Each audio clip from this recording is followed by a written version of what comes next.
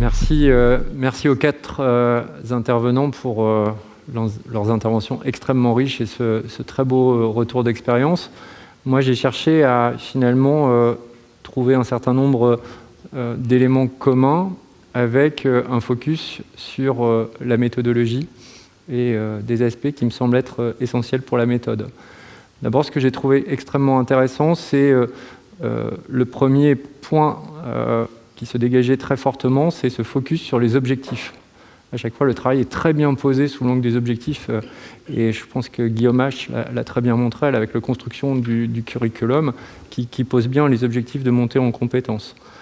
En s'adaptant au niveau d'études, Laval nous l'a présenté en montrant cette intégration donc, dans une approche de premier cycle.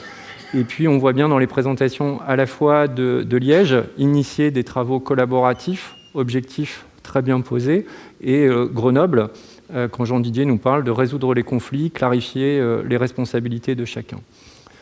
Le deuxième point extrêmement important et qu'il ne faut pas négliger, c'est l'aspect logistique.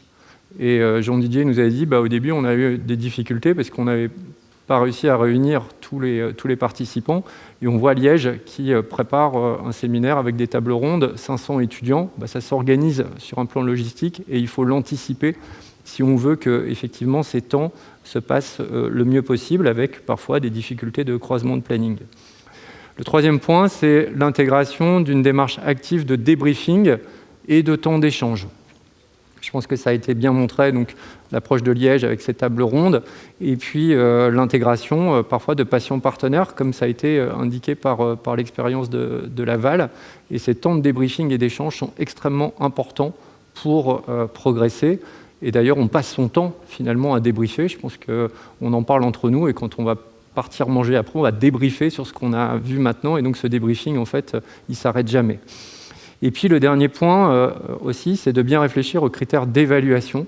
Soit on est sur des démarches avant-après, et il existe un certain nombre de référentiels. Et je pense que Jean Didier a très bien montré finalement l'intérêt de creuser cette approche de critères et de bien l'anticiper, de le mesurer et le mettre aussi sur une approche pluriannuelle pour voir comment la montée en compétences s'opère au cours du temps.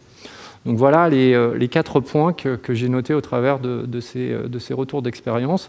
Et peut-être qu'on pourrait commencer d'ailleurs la table ronde en évoquant ces sujets méthodologiques, mais ça, je renvoie ça à Benoît.